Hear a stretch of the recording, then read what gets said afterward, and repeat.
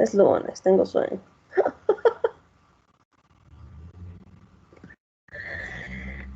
Ok, entonces, las enzimas que participan de la síntesis del DNA en las bacterias son la DNA polimerasa 1, 2, 3, mientras que en las eucariotas tenemos una gran cantidad de enzimas que ayudan a la participación, que ayudan a la síntesis del DNA.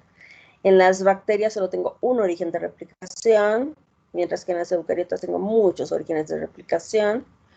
En las eucariotas hay histonas, mientras que en las procariotas no lo hay.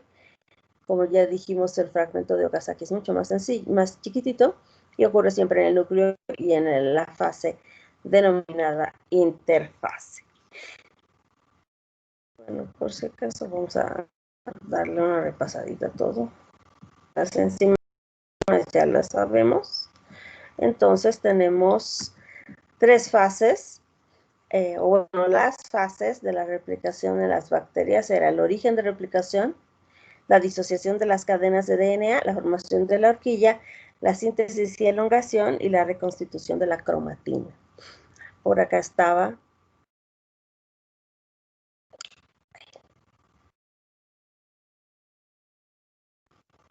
el origen de replicación y la síntesis es bidireccional, va para los dos lados. Discontinua, muy fiel. Ahí está. Estos son los orígenes de replicación.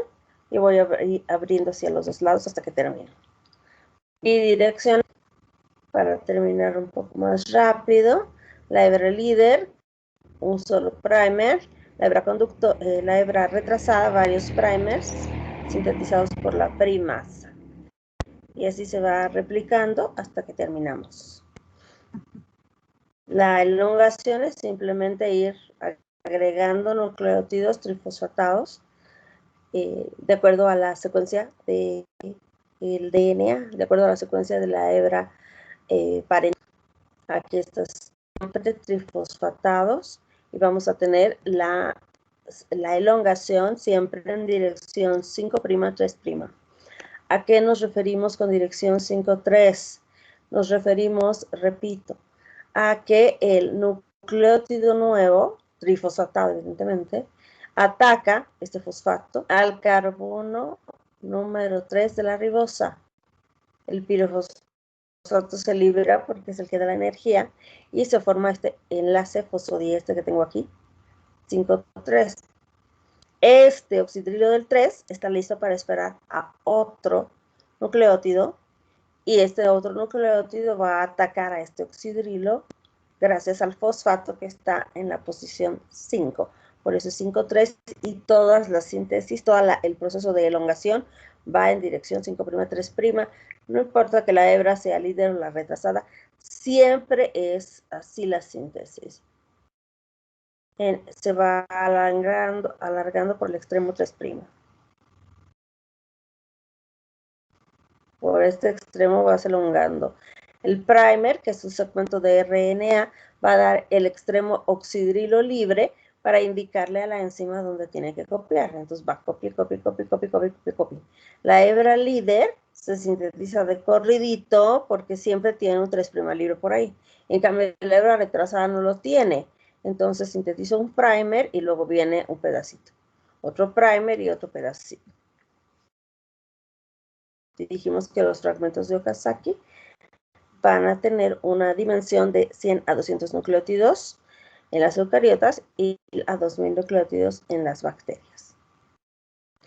Y bueno, cuando terminamos de copiar, porque ya se nos acabó la cadena, eliminamos los primers o cebadores, los reemplazamos por DNA complementario y la ligasa une los huevos.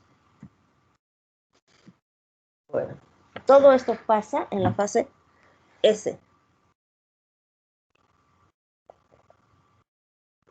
del ciclo celular. Como ustedes se acuerdan, mucho mejor lo han visto en detalle en patología del ciclo celular. El ciclo celular tiene una fase que se llamaba antes, en otra época, la fase de descanso, porque no se sabía mucho, que es la interfase. y la fase de división celular. En la fase de interfase tenemos los espacios, donde aparentemente no pasa nada. Esos espacios se llaman gaps, y de ahí el nombre G1, G0, G2. Los gaps son estos espacios en los que aparentemente no está pasando nada. Y tengo el gap 1 o G1, que es el proceso de preparación con alta actividad metabólica de preparación para la síntesis del DNA. Entramos a la fase de síntesis de DNA. Obviamente, hacemos todo lo que ya hemos mencionado y pasamos a la fase G2. La fase G2 es la fase de alta síntesis metabólica también, pero en este caso para prepararme para la división celular. Un montón de síntesis de proteínas para duplicar todo lo que pueda y generar luego dos células que son exactamente igualitas. O bueno, casi, ¿no? Porque puede por ahí de vez en cuando haber una pequeña mutación. Esto es controlado por las ciclinas y las sinasas. El ciclo celular, como ustedes saben, es un ciclo extraordinariamente regulado. Tenemos un montón de proteínas que han visto en pato que están controlando las fases del ciclo. Que el ciclo esté evolucionando correctamente, que no exista ningún tipo de alteración ni en el genoma ni en la misma célula, porque si ocurre algo de estos, cualquiera de estas proteínas vigilantes del ciclo celular, como por ejemplo la P53, lo que van a hacer es inmediatamente inducir la destrucción de la célula. La P53 es una de las tantas vigilantes del genoma, la más importante, y están ahí controlando que esto pase como debe ser, que la célula no esté enloqueciendo, que la célula no esté teniendo alguna normalidad en ningún lado, y si eso ocurre, pues la célula pasa y se duplica. Pero si esto no ocurre, en cualquier fase del ciclo celular que encontremos una alteración, la célula debe ser invitada a suicidarse, debe entrar en apoptosis. Entonces aquí son gaps. El gap 1 siempre es más grande. Hay células que nunca entran a gap 1, que se quedan en gap 0, G0. Células que no entran en división, por ejemplo, las neuronas que nunca se dividen en condiciones fisiológicas. En condiciones in vitro, sí, las neuronas se dividen. Las neuronas sí se dividen in vitro, in vivo no. Las células musculares igual no entran nunca a ninguna fase, están en G0 permanentemente. Las células hepáticas, en cambio, están siempre en G2-0. Acá pasan siempre el ciclo y están listas para duplicarse en cuanto sea necesario. Entonces, tengo mi gap 1, que es el más largo, luego mi fase de síntesis, y luego el gap 2, y la división celular. Y ahí el tiempo de cada célula para su división, pues es individual, ¿no? Cada célula tiene procesos de ciclos celulares distintos, porque cada célula va a tener edades diferentes y ritmos de replicación distintos, de acuerdo con su naturaleza. Como dijimos, hay células que no se replican y hay otras células que se replican rápido y hay otras células que se replican lento. Entonces, en los ciclos celulares pues van a variar de acuerdo con la célula. Dijimos, aquí están las ciclinas, proteínas reguladoras, y las sinasas, que son enzimas dependientes de las ciclinas. Y aquí va ilustrándose cómo se va regulando más o menos el ciclo celular en función de las ciclinas y las sinasas. Por ejemplo, la CDK4 con la ciclina D y la CDK6 con la ciclina B van a ayudar a la progresión apropiada del G1 hasta la fase S. No se olviden que hay un montón de puntos de restricción en el ciclo celular que ayudan precisamente al control y vigilancia de que esto esté ocurriendo como corresponde. La ciclina E con el CDK2 también ayuda al paso de la G1 a la fase S. La ciclina A con el CDK2 ayuda en el progreso de la fase de síntesis hasta la fase G2. Y las CDK1 con la ciclina B y A ayuda al paso de la fase S a la fase G2 y de ahí a la mitosis. todos estos elementos pues son extraordinariamente complejos y sé que en Pato los han visto con mucho más detalle.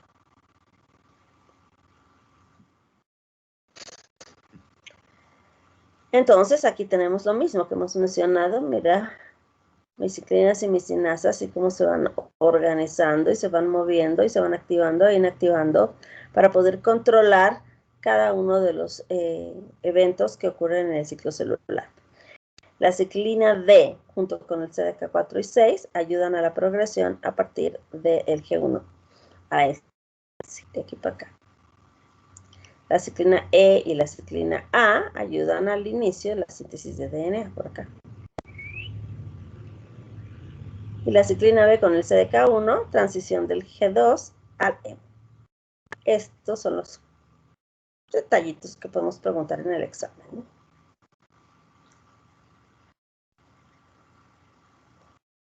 Aquí tenemos algunos de los puntos de control en el ciclo celular, que repito, ya los conocen.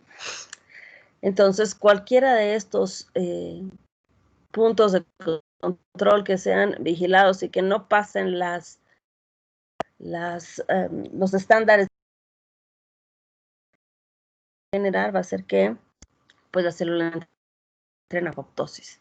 Entonces, durante la fase M, principalmente vamos a vigilar que el uso esté adecuado. Si el uso es inadecuado, entonces, chao la célula. En la fase G1 hay un control del DNA. En la fase S, que la replicación sea apropiada, correcta y completa. Y nuevamente en la fase G2, controlar que el DNA esté perfecto.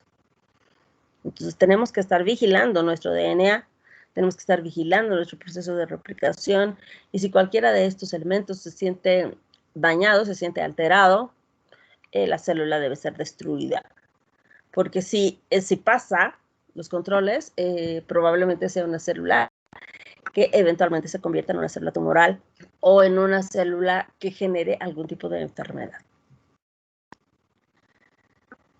Dentro de las secuencias altamente repetidas que tenemos en nuestro genoma están los telómeros sintetizados por las telomerasas. Entonces, aquí ven en esta imagen con este dibujito resaltado el telómero. El telómero es un segmento de DNA que está en los bordes de los cromosomas y que tienen como función proteger el genoma. Proteger el genoma, evitar que se pierda información genética. Aquí está como capuchoncitos en los extremos, mira. Pero es DNA que no codifica. Y este es DNA que no codifica, ¿por qué razón? Porque no olvidemos que nosotros requerimos un primer. Cuando la DNA polimerasa sintetiza del primer para adelante y no se regresan. Entonces, en los bordes, en todos los extremos, se va perdiendo un fragmentito de información debido al primer. No se regresa a la enzima, ahí ya no hay cómo regresarse porque ya no hay modo. Entonces, se va perdiendo información. El telómero está aquí preparado para proteger la información que sí codifica. El telómero está formado por secuencias repetidas en tándem que no codifican para nada y que lo único que hacen es proteger el genoma que sí codifica. El objetivo del telómero es guardar la información importante. La telomerasa es la enzima responsable de mantener el telómero de tamaño normal, pues. Mantener el telómero de tamaño normal. Así que replico o voy replicando, se corta el telómero y la telomerosa lo regenera. La telomerasa es una transcriptasa reversa que va a usar un molde de RNA para ir sintetizando esta hebra del telómero. Es importante mencionar que la telomerasa solamente va a estar activa en las células germinales, porque son las únicas células que deben tener todo el telómero grandote y divino. En las otras células, el telómero se va a ir acortando de acuerdo con cada una de las replicaciones, y eso es normal. El telómero se tiene que ir acortando. Y cuando este telómero termina cuando este telómero ya no existe, la célula debe morir. Esto quiere decir que la célula tiene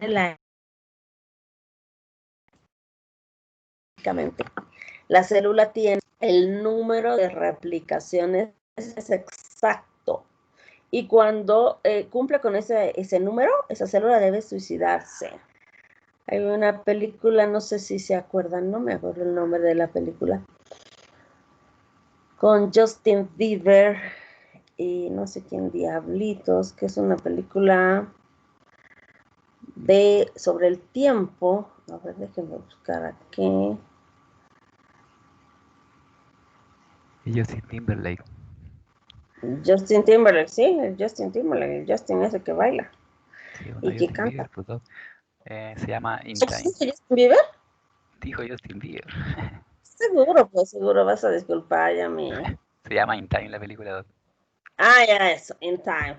Ah, perdón, vas a disculpar.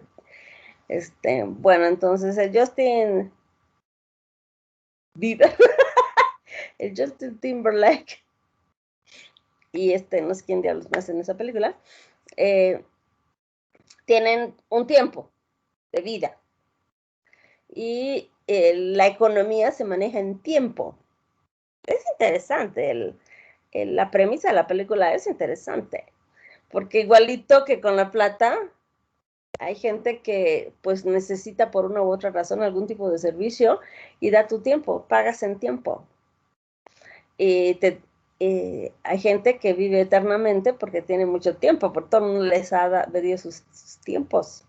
Y hay otros que pues sencillamente se conforman con el tiempo que tienen. Se les acaba su tiempo y se desactivan así. ¡pah! Bien bonito se ve en la película. Se le acabó su tiempo, que además tiene una especie de cronómetro en el antebrazo, bien interesante. Y listo, la célula, el individuo se queda inactivo. Aquí a mí me da la impresión que es así, porque aquí tienes un número de divisiones claramente establecidas y cuando terminas con ese número de divisiones, la célula se suicida. Eso es lo normal. Ahora, no todas las células van a suicidarse, son las que se replican. La célula muscular no va a suicidarse, o sea, no pasa por este proceso. Sí puede entrar en apoptosis, pero no por este mecanismo de que se le terminó el telómero. Las neuronas igualmente, el tejido adiposo tampoco, porque no se están replicando, entonces su telómero se mantiene constante. En cambio, las otras células, por ejemplo, las células epiteliales, las células del sistema inmunológico, que sí se están replicando constantemente, llegan a un número de replicaciones específicas y se mueren.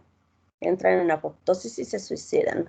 Por supuesto que hay células que dicen no, como el Justin Timberlake, que no me da mi gana de morirme en el tiempo que me dicen. Y yo voy a buscar la manera, como sea, de seguir vivo y además tener muchas igualitas a mí. Y eso es una célula tumoral. Y eso es una célula que se va a replicar eternamente porque va a tener la expresión de la telomerasa y se replica y se replica y se replica. Se llaman células o estirpes celulares inmortales y son células tumorales. Y eso ocurre muchísimas veces. Y ocurre también por fenómenos ambientales que favorecen la alteración del DNA y el bloqueo, de alguna manera, de los controles naturales del ciclo celular. Entonces, como les dije, la telomerasa es una transcriptasa reversa y usa un molde de RNA para sintetizar el telómero. Esto en las células germinales.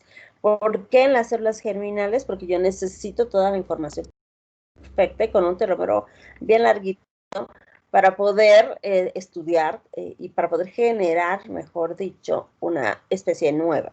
Las mujeres, por ejemplo, nacemos ya sin telomerasa, porque nacemos con nuestros folículos ováricos listos. Tenemos 400.000 aproximadamente folículos ováricos. Estos se han replicado durante el proceso de desarrollo embrionario y ya no tenemos telomerasa. En cambio, los caballeros que siguen produciendo espermatosaurios, así hasta los 70, 80, 90, sí tienen telomerasa en las gónadas, nada más. Nosotras ya no. Y se expresaría la telomerasa, repito, cuando tenemos un proceso tumoral. Así que la telomerasa es un blanco interesante para el tratamiento para el cáncer, pero todavía no hay mucho medicamento estudiado al respecto.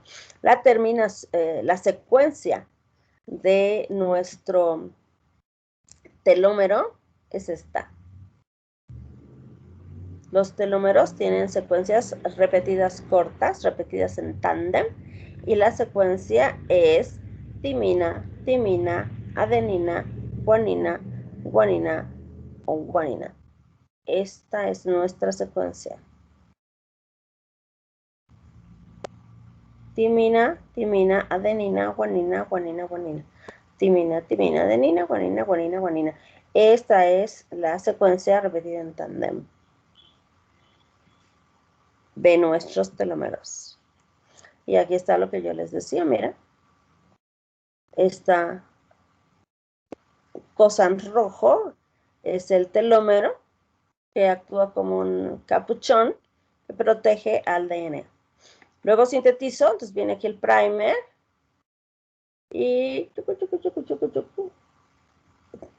sintetizo todo menos este pedacito ya no está. Porque con cada división celular, el telómero de las células hijas está haciéndose más cortito y cortito y cortito. Y aproximadamente 100 replicaciones más tarde, los telómeros están dramáticamente reducidos y la célula ya no puede replicar más y se suicida. Ahora, el número de replicaciones varía, decir 100 es un poco arriesgado porque varía, depende de cada una de las células. Ahora, por favor, lean lo que dice ahí y me dicen si están o no de acuerdo.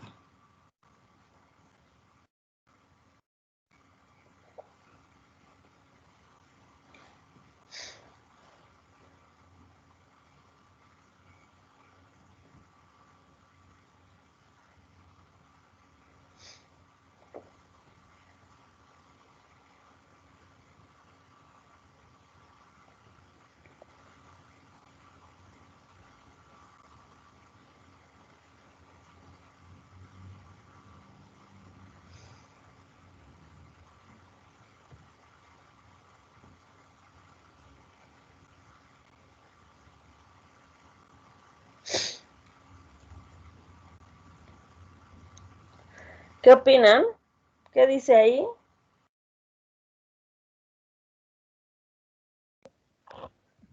Que perdemos telómeros, por eso perdemos la vida. Y que es como una bebida, como una pastilla que ayudaría a aumentar nuestros telómeros. Ok, mantenerlos healthy, saludables y de alguna manera evitar el envejecimiento. Así que, ¿están de acuerdo? ¿Qué opinan? ¿Y esto no ¿Comprarían? podría generar una célula cancerígena? Bueno, pues puede ser, ¿no? ¿Alguna otra opción? Que no ponga ADN en los telómeros y ponga ADN en cualquier otro lado del cromosoma, pudiendo generar una mutación. Ok, sí. Bueno, entonces, a ver, ¿qué dice aquí? El medicamento, bueno, nosotros hacemos con telómeros saludables, que son capitas de protección en los cromosomas. Los vas perdiendo con la edad y cuando se terminan, pues la vida termina. Entonces, con este medicamento tú puedes evitar el envejecimiento. Eso es lo que sugiere esta propaganda. Esta propaganda sugiere que esta cosa mantiene tu telómero completo y con eso vas a evitar el envejecimiento. Lo que es un absurdo completamente. ¿Por qué razón? Porque el objetivo del telómero es precisamente mantener células que se estén regenerando. Terminas la vida de esa célula y aparece una célula nueva, que es lo normal. Así que no hay en realidad este proceso de anti-envejecimiento gracias a los porque eso no es así. Para nada más. Tener una vida saludable necesitas un recambio celular constante. Esto es una trampa de tantas trampas que hay en el marketing. No se olviden que el marketing es una área de no sé si será, no es ciencia, no, una área del comercio que te permite presentarte cosas y engañarte para venderte cosas. Entonces te encandilan con algún detalle imbuido de verdad, pero con un montón de información atrás que no te están diciendo, y te hacen ver cosas maravillosas que no existen y que compras. En este caso es una absoluta mentira, ¿no? Y así hay 1000 cosas que te hacen comprar y que tú crees que van a funcionar, crees ilusamente que van a funcionar, y la verdad que no funcionan. Entonces este medicamento es así. El ciclo celular tiene como objetivo, bueno, además de replicar la célula, obviamente, estar controlando que el DNA no se dañe. Si el DNA se daña, la célula debe morir. El DNA se daña por todo y por nada. Tenemos un montón de fenómenos ambientales que van a generar daño en el DNA. Y el daño se va a presentar por fenómenos ambientales, por influencia ambiental, que va a causar alteraciones durante el proceso de replicación, durante el proceso de reparación o de corrección de errores. No voy a poder corregir bien, no voy a poder reparar bien, y el error se me va a pasar. Este error o mutación puede ser, digamos, un error terrible, una mutación inaceptable que lleve al individuo a la muerte, o puede ser una mutación que genere características especiales en el individuo que lo hagan más fuerte, más resistente, más lindo. Y mutaciones, como decía ya en alguna otra clase, no quiere decir necesariamente enfermedad o muerte. Las mutaciones son parte del proceso de adaptación en las especies, y en muchas ocasiones vamos a tener especies que son más fuertes y más resistentes porque han mutado, como vemos en las bacterias o en los virus, que generan procesos de mutación mucho más rápido que las bacterias, que las células eucariotas, y por eso vemos que ellos van ganando la guerra, porque van mute y se van adaptando rápidamente en función a los fenómenos ambientales. Por ejemplo, a la resistencia a los antibióticos. Las bacterias quieren sobrevivir independientemente de lo que ocurra y montan mecanismos de resistencia que van desarrollando de acuerdo a los fenómenos ambientales a los que se están exponiendo. Así que las mutaciones no necesariamente son malignas, no necesariamente generan enfermedad. Aquí les puse algunos mutagénicos, ¿no? Pero, mutagénicos tenemos muchísimos. Tenemos, por ejemplo, el hidrocarburo policíclico de benzopireno del tabaco, agentes alquilantes diversos, la mostaza nitrogenada, azufrada, colorantes de acridina, radiaciones ionizantes, y bueno, hay un montón de cosas, medicamentos, por ejemplo, un montón de xenobióticos que pueden actuar como mutagénicos. Y bueno, aquí no están mencionados, pero los radicales libres de oxígeno son también agentes mutagénicos. Así que estar sometidos a mucho estrés celular puede liberar grandes cantidades de radicales libres e inducir mutaciones. Así que yo tengo por aquí agentes endógenos, como los radicales libres de oxígeno y algunos metabolitos como la urea. Fallos que pueden ocurrir en la replicación. Pasa, la DNA polimerasa se equivoca y debe haber capacidad de corrección de esos errores. Y agentes exógenos como las radiaciones y agentes químicos. Todo eso influye en el genoma. Pero yo estoy supervisando permanentemente. Y en general lo reparo. Reparo y no pasa nada. Pero no se repara, voy a tener o necrosis o tumores. No reparo, puede haber una interferencia en la transcripción con alteraciones en la replicación celular, un tejido, una célula que sale extraña, alterada, anormal, y deterioro molecular y necrosis. O bien, lo que más ocurre, las lesiones persistentes sin reparación hacen que las células no entren en apoptosis, se empiecen a acumular mutaciones y va a haber una mayor incidencia al desarrollo de tumores. Muchos virus, por ejemplo, pueden favorecer esto también y considerarse virus cancerígenos, como por ejemplo el papilomavirus, algunas cepas, el virus de Epstein-Barr, algunos virus de herpes que pueden causar tumores. Entonces aquí tenemos los tipos de daño que se presentan en el DNA. Estos tipos de daño, repito, pueden generar especies distintas, especies que se desaparecen o especies que son superiores. Así que aquí tenemos, por ejemplo, la alteración de una sola base. Quiere decir que puedo tener una despurinación, se pierde una purina, se sale la base nitrogenada y queda solo el esqueleto de fosfato y ribosa, causando una base apúrica que no permite la lectura. Desaminación de la citosina a uracilo. Recuerdan que el uracilo en su síntesis se amina para formar citosina. Pero algún fenómeno ambiental puede desaminarlo en el DNA y tú vas a tener de repente, por la desaminación de la citosina, uracilo en el DNA, que no tiene nada que hacer ahí. Lo mismo con la adenina. La adenina se desamina y forma hipoxantina por fenómenos ambientales. Entonces son bases nitrogenadas que no tienen por qué estar ahí y que generan alteraciones en la lectura. Alquilar bases, es decir, agregar grupos alquílicos, metilos a las bases, y eso puede generar también alteración en la lectura, e incorporar análogos de bases, como el ciclofluoruracilo, la arabinosidocitosina. Estos medicamentos que se usan para el cáncer son análogos que se pueden incorporar de manera inapropiada y generan una alteración en la replicación.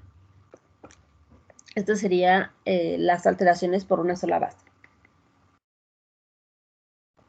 Por acá tengo las alteraciones de dos bases. En las alteraciones de dos bases, que puede ser por muchos fenómenos, como la luz ultravioleta, tenemos los dímeros de pirimidinas y el enlace cruzado por alquilante bifuncional. Se cruzan las hebras y se genera un enlace cruzado entre hebras que no debería existir. Luego tengo la ruptura de la cadena por influencia de radiación ionizante, donde vamos a tener la ruptura completa de la cadena o la desintegración incluso de elementos del citoesqueleto cuando la radiación es muy intensa, como ha ocurrido, por ejemplo, en el accidente de Chernobyl o en Fukushima, donde los reactores nucleares, diferentes razones, han explotado. Entonces ha habido desintegración radiactiva del citoesqueleto y muerte inmediata de mucha gente. Hay gente que ha muerto desintegrada total, completamente desaparecida por calor tan intenso, más la radiación. El enlace cruzado, que se va a provocar estos enlaces entre bases por fenómenos ambientales diferentes. Y también se empiezan a fusionar las hebras de DNA con las proteínas, como las histonas, y eso va a producir un serio conflicto en la replicación. No se puede replicar porque hay un enlace cruzado, entonces no se pueden unir, no se puede leer, no se puede hacer nada. Entonces, miren, aquí están los dímeros de pirimidinas, que pueden ser dímeros de timina o de otra base nitrogenada pirimídica, como timina o uracilo o citosina. Lo normal es, ya está, pirimidina con purina, pero de repente pues siempre hay, en todo, mira, está la química, hay cosas que no vienen al caso. Y esta es una pirimidina que dijo, no quiero con una purina, no me da la gana, a mí me gusta mi otra pirimidina igualita a mí. Aunque vean mal, yo soy homo, no me gusta hetero. Y aquí se pone. Y eso es una mutation, my dear, mutation. Está mal. Está muy mal esto en el DNA, mucho mal, no es correcto. Y por lo tanto tengo que corregirlo, porque esto puede generar luego cáncer. Así que esto no es normal, no es normal pirimidina con pirimidina. No, malo, malo, malo. Mutación, hay que corregirlo. Así que tengo que cortar esto y volver a unir la pirimidina con la purina. Este dímero de pirimidinas va a pasar por una terapia de conversión para poder unirse con su purina. Yo no sé por qué puse aquí. Bueno, aquí les puse algunas mutaciones, además de los dímeros de pirimidinas, hay un montón de otras mutaciones. Por ejemplo, se llama querubismo y es una lesión benigna, no dolorosa, donde hay pérdida del hueso, reemplazamos tejido fibroso y la mutación es en este gen. O sea, no necesitan saberlo, ¿no? Pero solo para que se den cuenta de las múltiples mutaciones que pueden ocurrir. Este es el síndrome de Cruzón. Por ejemplo, el querubismo, yo nunca he visto. Pero síndrome de Cruzón he visto harto, pero harto. O sea, harto. ¿Y por qué he visto harto? Porque el hospital donde yo hacía las rotaciones, mis rotaciones de tercer año, de cuarto año, de quinto, que era un hospital que teníamos solitos para 2 grupos de medicina, teníamos nuestras aulas atrás, nuestras aulas, eran nuestra aula, y solo era para nuestro grupo, había 2 aulas, entonces tenías para 2 grupos, y todo el hospital era para ti solito, no había más nadie, no había internos de ninguna otra universidad, no había nadie, éramos solitos nosotros que estoy haciendo. Entonces, dentro de las actividades que se hacen en ese hospital, que es muy, muy famoso, el hospital se llama Doctor Manuel G. González, está en la zona sur de la Ciudad de México. O sea, un hospital de segundo, tercer nivel del gobierno de salubridad, se llama ya. Pero lo más importante de este hospital es que tenía un departamento de cirugía plástica de primer mundo. Y el cirujano plástico jefe de ese departamento, el doctor, mira, ahorita ya me olvidé, doctor Octavio, ¿qué es? Ahorita me voy a acordar. Pero bueno, un doctor súper, súper famoso, todo el mundo lo buscaba, estaba en el hospital haciendo trabajo digamos, de amor al arte, y luego estaba en el mejor hospital de la Ciudad de México, en Los Ángeles del Pedregal, carísimo hospital, haciendo cirugía plástica y cirugía reconstructiva. En el hospital hacía básicamente cirugía reconstructiva. El doctor, no me acuerdo, empieza con M su apellido. Que era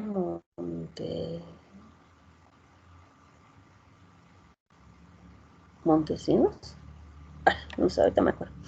Bueno, el caso es que este cirujano plástico, además de ser famoso, llegaba al hospital en un auto clásico rojo, de carreras, así chiquito, divino, que llamaba muchísimo la atención. Era un personaje, más un muy buen tipo, y te enseñaba un montón. Cirujano, no puede ser que no me acuerdo.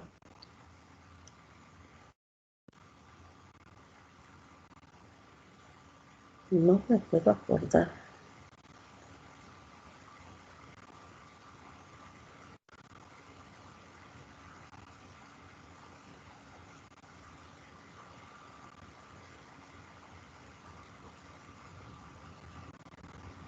Montesinos.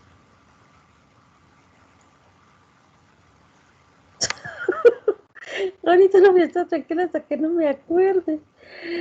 Ay, ¿qué se llamaba este doctor? No puede ser. Ya estoy muy vieja, ya me olvido de todo. A ver, del hospital del GEA.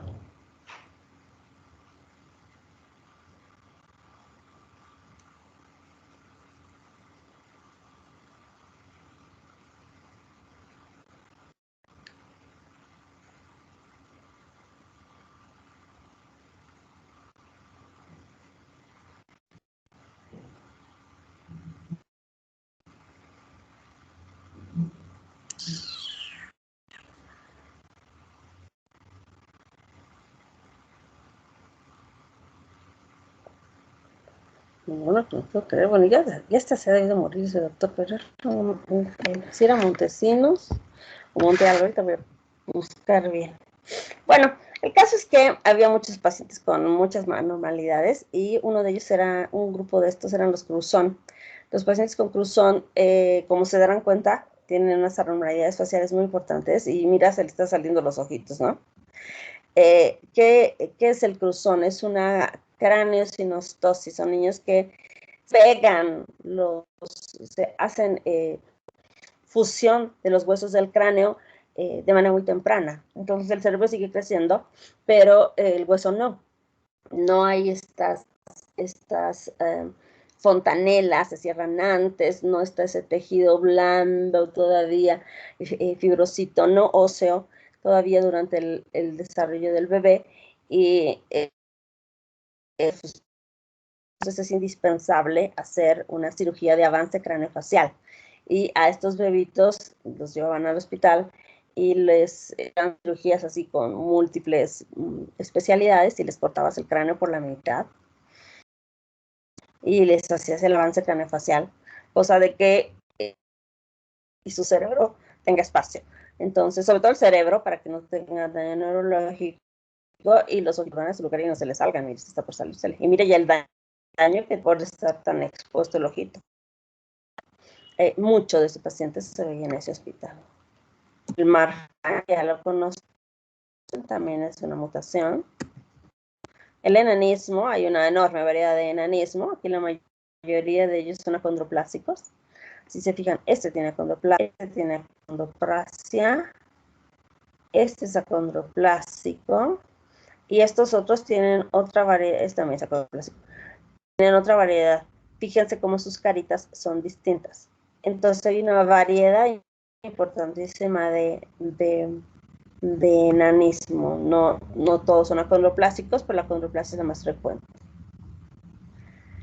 La hipertriclosis congénita, la nubosa, que es esta, son pacientes que tienen hipertricosis y que están llenos de pelo por todas partes. Es una mutación bien frecuente en algunas comunidades en el norte de México. La neurofibromatosis, que también se asocia con los genes ALU. Y mira, pues tienen fibromas y fibromas y fibromas y fibromas. Aquí pueden tener como por ejemplo al hombre elefante que tenía neurofibromatosis, dice. Todas estas son mutaciones. Son mutaciones que se pueden presentar por miles de fenómenos ambientales. Algunas de estas mutaciones han sido de nuevo, aparecieron de repente, y algunas otras aparecieron en algún grupo familiar y se han ido heredando. Entonces, yo tengo aquí los agentes que causan el daño, las lesiones que se forman y cómo podríamos reparar. Así que aquí está la radiación ionizante, los rayos X, fármacos antitumorales, que pueden tener en el DNA rupturas bicatenarias, rupturas monocatenarias, entrecruzamientos en la cadena, y eso puede ser muy grave. Así que tenemos que reparar a través de unión de extremos no homólogos o la fidelidad de la reparación no es mucha.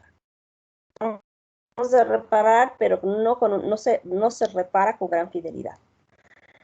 La luz ultravioleta y la influencia de muchas otras sustancias químicas pueden producir aductos voluminosos, es decir, una cosa aquí que no viene al caso, o los dímeros de pirimidinas que ya habíamos mencionado, y aquí la reparación se hace por dos mecanismos. Aquí dice solamente reparación por escisión de nucleótido, pero también hay una enzima que repara sobre la marcha que se llama DNA fotoliasa, que puede reparar estos dímeros de pirimidinas debido a la luz ultravioleta. Y tenemos una gran fidelidad, se puede reparar con bastante tranquilidad, digamos. Y por este lado tenemos radicales de oxígeno, hidrólisis provocada por los radicales libres y agentes alquilantes que van a alterar la estructura de nuestro DNA y van a causar sitios abásicos, o sea, se va a perder la base. Vamos a tener rupturas monocatenarias o lesiones por la formación de oxoguanina en el caso de los radicales libres. Ahí tenemos que reparar por escisión de bases. Y hay una fidelidad importante. Y luego errores durante la misma replicación, que son errores que en general se corrigen sobre la marcha, que lo puede hacer la DNA polimerasa 2, que son enzimas que ayudan a la corrección. O también tenemos errores por mal apareamiento o inserción o deleción de bases, y aquí también se puede usar como sistema de reparación el MMR, que es sistema de reparación de errores por emparejamiento. Y tenemos una enorme fidelidad en la reparación. Entonces, aquí voy a hablar un poquitito de los sistemas de reparación. Denme un minuto, por favor, porque quiero ver cuántos de mis alumnos de inmuno han dado examen. Tenemos examen de inmuno ahorita.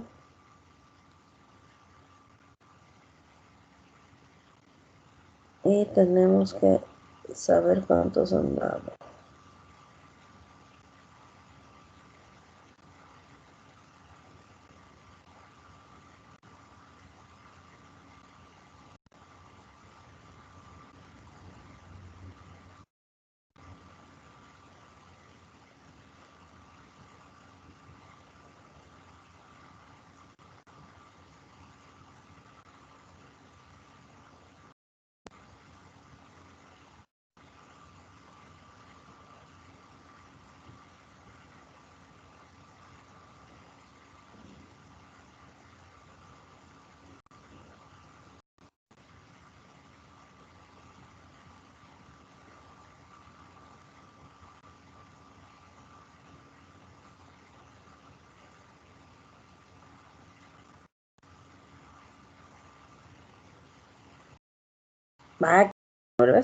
Ortiz Monasterio, el doctor Ortiz Monasterio era el genio de la cirugía plástica.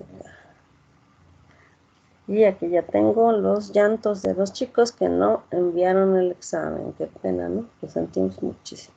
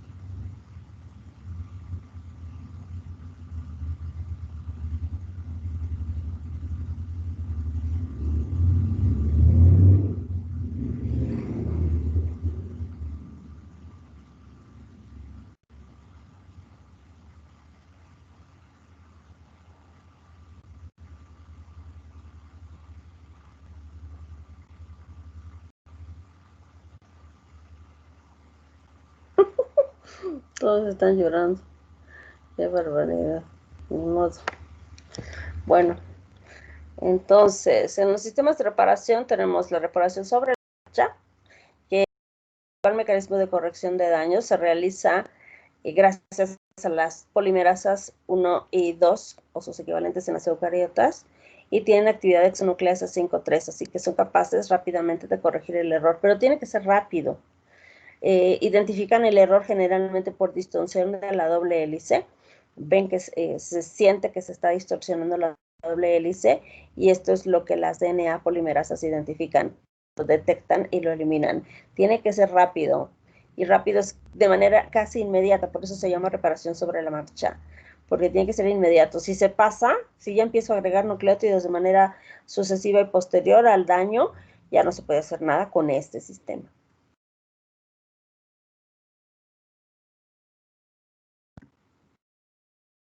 Entonces, mira, aquí viene la polimerasa, mete el nucleótido que no viene al caso. Y se distorsiona la cadena y se activa la actividad exonucleasa de las otras polimeras, eso lo elimina y ya. Pero si yo pongo nucleótidos por acá, eso ya no puede corregirse con este sistema. La reparación directa requiere la eliminación de nucleótidos o bases nitrogenadas y se emplean enzimas de manera directa. Por ejemplo, la fotoliasa, que se encarga de la corrección de dímeros de pirimidinas, y la metiltransferasa, que retira grupos metilo. Si hemos alquilado algún nucleótido, algún segmento de DNA, pues le retiramos con la metiltransferasa. Entonces aquí está la ATP fotoliasa, se forma el dímero, mira cómo se vuelve, se distorsiona la doble hélice de DNA. Y lo que hace la fotoliasa es encontrar esta distorsión, identificar que son dímeros de pirimidinas, los corta y los reorganiza como corresponde. Aquí está lo mismo. Se produce el daño, entonces la fotoliasa corta y puede reparar. La reparación por escisión de base. Aquí tenemos que sacar una base para poder repararla. Identificamos igualmente por alteración en la estructura conformacional de la doble hélice. Y lo que vamos a hacer es reparar el daño quitando un nucleótido. Y esto porque se oxidó, se alquiló, se hidrolizó, se desaminó. Para eso necesitamos una enzima que se llama glucosidasa. Primero voy a romper el enlace glucosídico entre la ribosa y la base y saco la base. Entonces ahora me queda un sitio apurínico o apirimidínico sin la base. Luego termino de eliminar el esqueleto residual que queda de fosfato ribosa con una endonucleasa y luego lo reemplazo por un nucleótido nuevo y la ligasa une el hueco. Entonces mira, aquí hay un uracilo que no viene al caso. Entonces lo primero que hago es con la glucosidasa saco la base pirimídica. Luego elimino lo que me quedaba aquí del esqueleto del fosfato y la ribosa, ya me quedó el huequito. Y luego lo reemplazo por un nucleótido nuevo. Identifico el DNA, saco la base por la glucosidasa, saco el esqueleto de ribosa y fosfato después, reemplazo el nucleótido por uno que corresponde y la ligasa corrige la muesca. Luego tenemos reparación por escisión de nucleótidos. Aquí vamos a hacer lo mismo, identificamos la mutación o el daño por una alteración en la estructura conformacional, pero en este caso vamos a sacar todo un pedazo de la hebra de DNA. Vamos a sacar un fragmento de entre 2 y 30 bases. Lo elimino y lo reemplazo. Puede estar esta reparación acoplada a la transcripción. Mientras estoy transcribiendo, puedo estar corrigiendo para poder hacerlo de manera, digamos, óptima. Entonces, aquí está una alteración de la estructura conformacional. Digamos, dímeros de pirimidinas no se pudo corregir como corresponde. Entonces, lo que vamos a hacer es sacar el pedazo. Sacamos todo esto con actividad exonucleasa hasta 30 nucleótidos y me queda todo un espacio. Entonces viene las DNAs polimerasas, en el caso de la Escherichia coli la 1, reemplaza con nucleótidos nuevos y la ligasa une los huecos. Por la reparación por mal apareamiento, quiere decir que de repente, por alguna razón, estamos produciendo nucleótidos o agregando nucleótidos que se han apareado de manera inapropiada. Y eso hay que corregirlo. Tenemos que identificar cuál es la hebra correcta, la hebra antigua, la hebra que está, por ejemplo, pegada a histonas. Esa es la hebra líder. Y entonces lo que podemos hacer es corregir el error por mal apareamiento. Las hebras antiguas están, en el caso de las bacterias, están metiladas, mientras que la hebra nueva no está metilada, así que de esa manera fácilmente puedes ver cuál estás corrigiendo cuál es la que está mal apareada y la corriges. Y en el caso de las eucariotas es un poco más complicado, pero las histonas pueden ser una forma de identificar cuál es la hebra molde y poder eliminar el fragmento que está mal apareado. Entonces, mira, esto puede ser mal apareamiento. Tenemos ahí una alteración en la estructura conformacional y podemos, igual que en la otra, sacar el pedazo del nucleótido mal apareado y reemplazarlo. Y la ligasa une los huecos. Aquí está, por ejemplo, en este caso es una bacteria, la hebra está metilada, entonces yo sé que esta es la hebra antigua y que por lo tanto esta es la hebra hija que está mal apareada. Entonces lo que hago es eliminar el pedazo mal apareado de la hebra hija y reemplazarlo. Ahora, obvio, suena muy fácil, ¿no? Pero bueno, las enzimas de nuestro genoma pues se van a encargar de hacer todo eso, de identificar todas esas cosas y poder corregirlas, ¿no? No creo que sea un proceso tan sencillo, pero para ellas es una cosa de todos los días y hacen estas correcciones fácilmente. Esto es en las bacterias. En las eucariotas se nos complica porque yo no tengo la metilación, pero puede ser una guía la presencia de las histonas que siempre están fusionadas a la hebra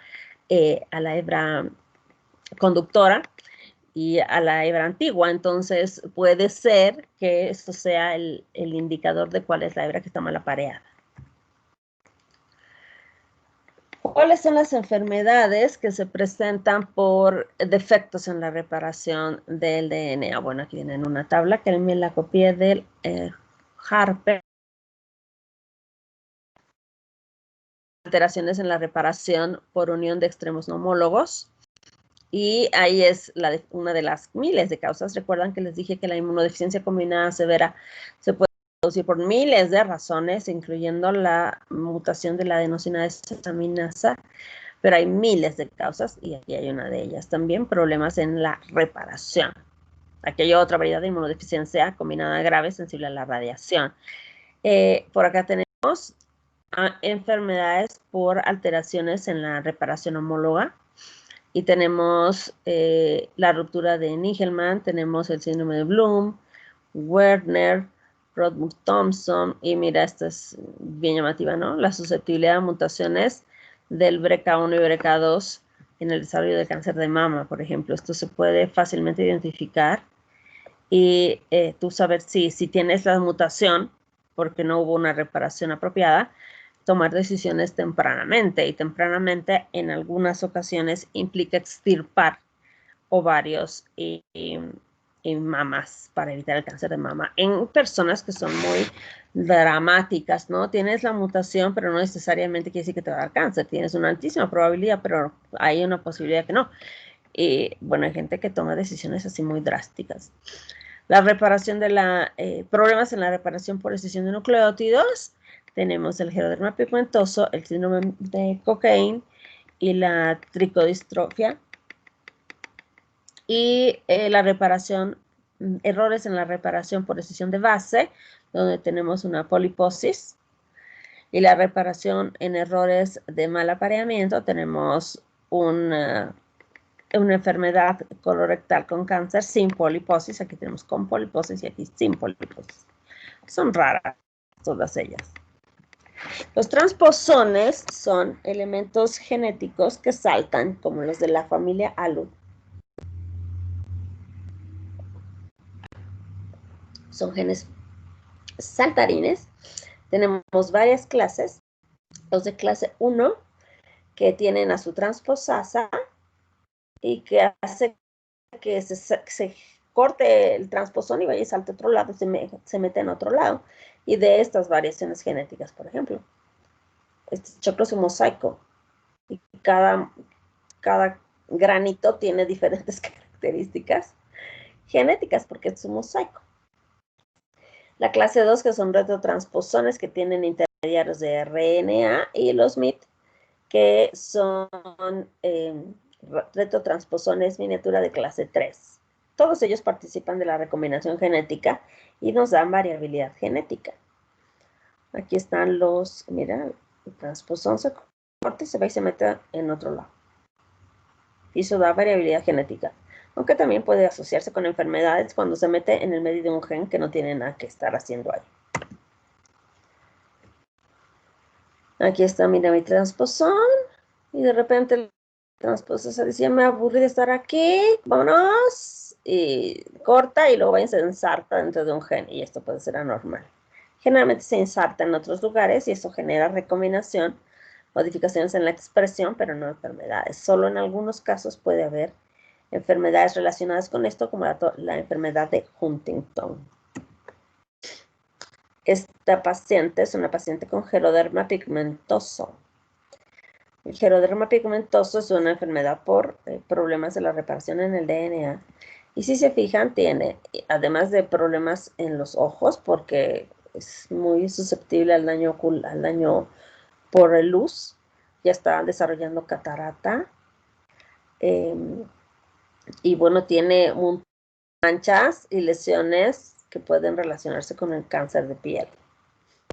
Autosómica recesiva se caracteriza por una hipersensibilidad muy marcada a la luz ultravioleta, por problemas en la reparación, y van a tener hiperpigmentación, queratosis, lesiones malignas, cicatrices atróficas y por supuesto alteración y también alteración en el sistema nervioso. Fíjense cómo las manchitas están ahí. Y mira, cáncer. Esto no es grave, ¿no? Es de cáncer en la piel, pero si son muchos cánceres, entonces ya complica. Doc, Sí, ¿cómo qué tipo de alteración del sistema nervioso tendrían? algunos de ellos tienen retraso mental y otros que es más suave, irritabilidad extrema. Gracias, Doc. El síndrome de Lynch, mira, esta es una colonoscopía, con estas cosas no necesitamos ser expertos en colonoscopía para darnos cuenta que este es un epitelio que está un asco, que está terrible, que tiene una masa amorfa y horrorosa. El síndrome de Lynch es una enfermedad hereditaria con mutaciones en todas estas posibles localizaciones, genes, y también se relaciona con el mal apareamiento. Aquí está, si se fijaron en la tabla, el cáncer colorectal hereditario no asociado con poliposis, que estas son sus siglas. Síndrome de Lynch o cáncer colorectal hereditario no asociado a poliposis. Este síndrome es identificado en personas que de hecho son relativamente jóvenes, por arriba de los 40, que hacen cáncer de colon. Los pacientes normalmente hacen cáncer de colon después de los 60, pero cuando tienes este problema en la reparación por mal apareamiento en esos genes, el paciente va a desarrollar un cáncer de colon sin antecedentes familiares y sin presencia de pólipos antes de los 40 o a los 40 más o menos, que no sería lo habitual. Lo habitual es que tengas herencia y que tengas más de 60. Pero en el Lynch, que es una mutación así casual, esto puede ocurrir de manera muy temprana. Y el síndrome de Cockayne es una enfermedad progeroide. La progeria es una enfermedad por envejecimiento prematuro. En el Cockayne hay cosas parecidas a la progeria y se llaman así síndromes progeroides con envejecimiento prematuro. Esta es facies en los niños con Cockayne. Y también se debe a alteración en la reparación del DNA. Los dos genes que se ven dañados son estos dos. Este es el primero, en el 75% de los casos. No es necesario que se aprendan los genes, ni mucho menos, no vamos a preguntar eso. Solo vamos a preguntar cuál es el mecanismo de reparación que se encuentra alterado en el síndrome de Cockayne, es decir, el cuadrito que está en el Harper. ¿Y cuáles serían los síntomas de esta enfermedad? Pues tenemos fotosensibilidad, alteraciones neurológicas, nuevamente irritabilidad, crisis convulsivas, daño o retraso mental, hay desmielinización, hay talla baja, aspecto progeroide, este es el aspecto progeroide, aspecto de envejecimiento temprano, y ellos no desarrollan, o bueno, tienen mínimo riesgo de desarrollar cáncer de piel, pero bueno, es el menor de sus problemas, ¿no? Tienen problemas más serios que eso. Ok, preguntas, niños, hasta aquí. Hasta aquí sería el temario del segundo microparcial.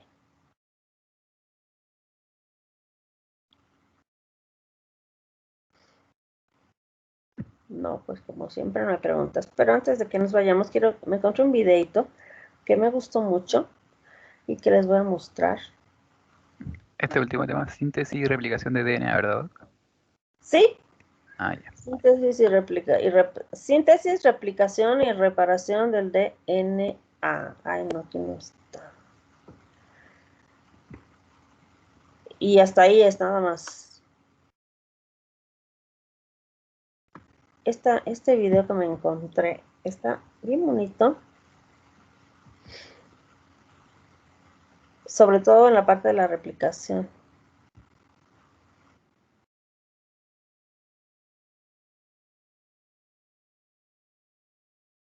Están viendo, ¿no? Sí, Este es- pero no se oye nada. no sonido, no tiene sonido, no tiene sonido, solo está bien.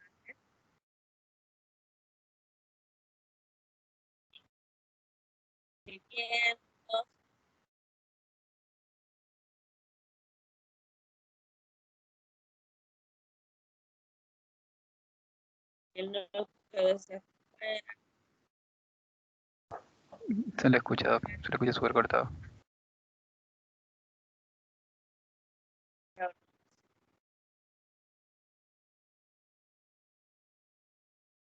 Ahí está el DNA,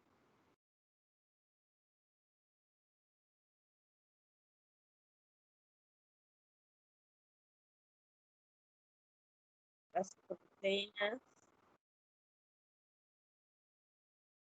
el ensamble de los nucleosomas, el enrosque,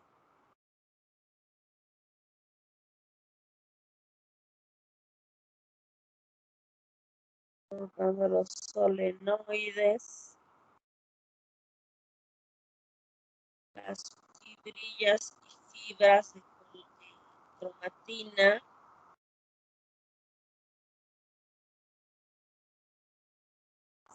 asas,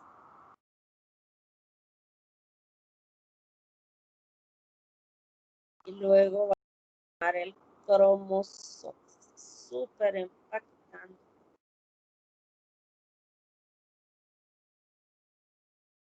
El cromosoma, en la división, los cromosomas organizándose, centro, metafase, anafase, mira, se están separando por los bordes hacia los polos, citocinesis, y dos celulitas igualitas. Hasta ahí nomás porque lo demás es transcripción. ¿Qué tal bonito el videito ese? O sea, las imágenes son bien bonitas. ¿Se alcanzaron a ver o no se veía bien? Sí, sí, la imagen se veía. Sus comentarios no se escuchaban. Bueno, no importa, no más. Vimos la película que quería esa Gattaca. ¿Han visto en práctica? Sí, ¿Y qué les ha parecido? bastante interesante. Está súper buena. El Súper tema buena, de... ¿no? Sí, ¿Qué les es la llamó la idea. atención? Que vamos a perder nuestra identidad como personas. Llegando a eso vamos a hacer un número nomás. Hacer el genoma nomás. Hacer el genoma nomás. Es súper increíble. O sea, a mí me llama la atención. Desde que la vi me encanta. La he visto 200,000 veces. Eh, yo fui la que sugerí ver esta película hace tiempo ya. O sea, la llevamos viendo muchas veces cuando nos alcanza el tiempo en la práctica. Y me gusta porque, para empezar, estamos hablando de la edición genética, ¿no? Vamos a editar genes. Vamos a cortar el gen que te molesta y vamos a poner el gen que quieres, que puede ser la información genética más representativa e importante de la pareja, ¿no? Lo mejor de cada pareja. O bien te diseñas el individuo con otras características de acuerdo a lo que quieras, aunque no sea tu propia información. Y eventualmente hemos pensado, yo he pensado, que el objetivo de conocer el genoma no es nomás por conocerlo, es para manipularlo y para eventualmente tener personas que sean, por ejemplo, inmunes a las enfermedades. Y no solo eso, sino que evidentemente tengan características más, más bondadosas, que sean, no sé, más altos, más lindos, más inteligentes, etcétera. Pero en la película se ve que, a pesar de que tú tienes individuos que son genéticamente perfectos, y a pesar de que hay esta discriminación y demás, tienes individuos que no son perfectos, pero que tienen un sueño y que tienen una influencia ambiental que hace que se expresen determinadas características. Entonces, por más que tú tengas un genoma perfecto, el ambiente influye sobre la expresión. No hay un determinismo genético. Y muy importante en la peli es que tú tienes, por un lado, un individuo genéticamente perfecto, del que se tienen altísimas expectativas, y él mismo no cumple con sus expectativas y se siente fatal. Por eso intentó suicidarse, por eso estaba paralítico, no porque tuviera un accidente casual, sino porque, como vieron, intentó suicidarse una vez y finalmente se mata. Porque él no tiene un sueño, él no tiene un objetivo en la vida. En cambio, el otro, aunque tenía una desventaja importante, él tenía un sueño y él hizo todo lo posible por llegar a ese sueño y lo consigue.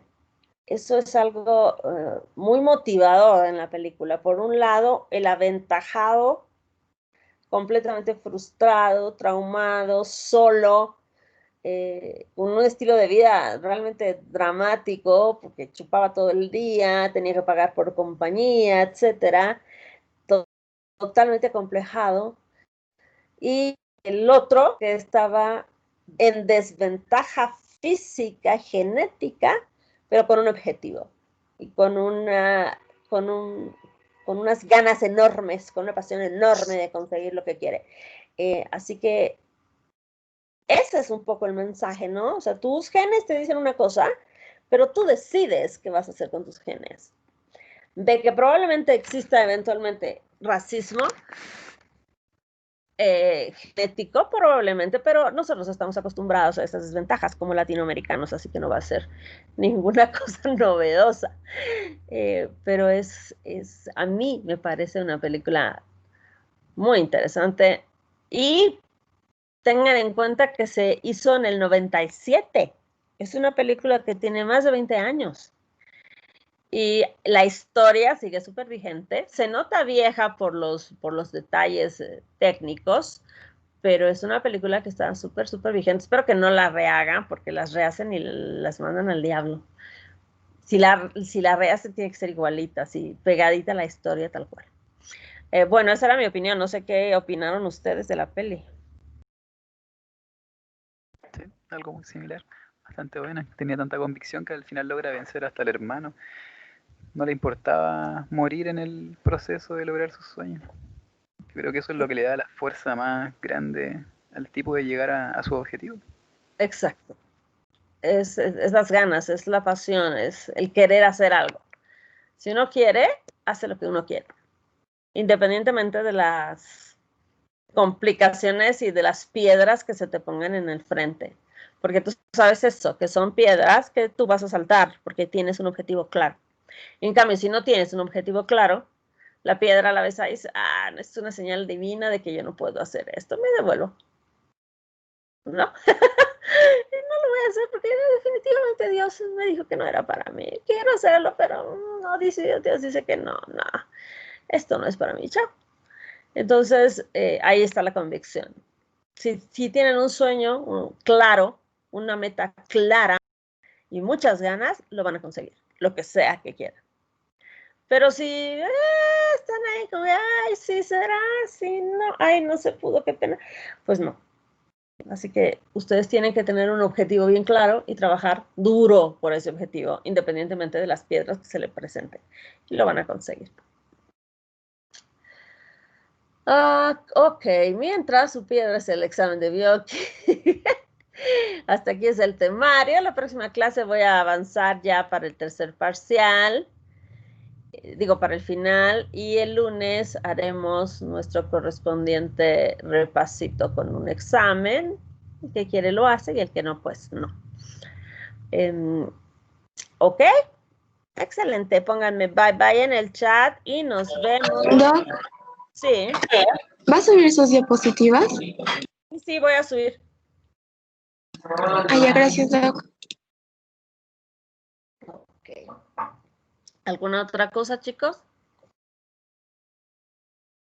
Perfecto, entonces, cuídense mucho, pórtense bien y pónganme bye bye en el chat. Hasta el miércoles, Doc. Cuídese. Hasta luego, doctora. Hasta luego, doctora. Bye. Gracias. Muchas gracias. Hasta luego. Bye bye. Hasta luego, doctora. Bye. Bye.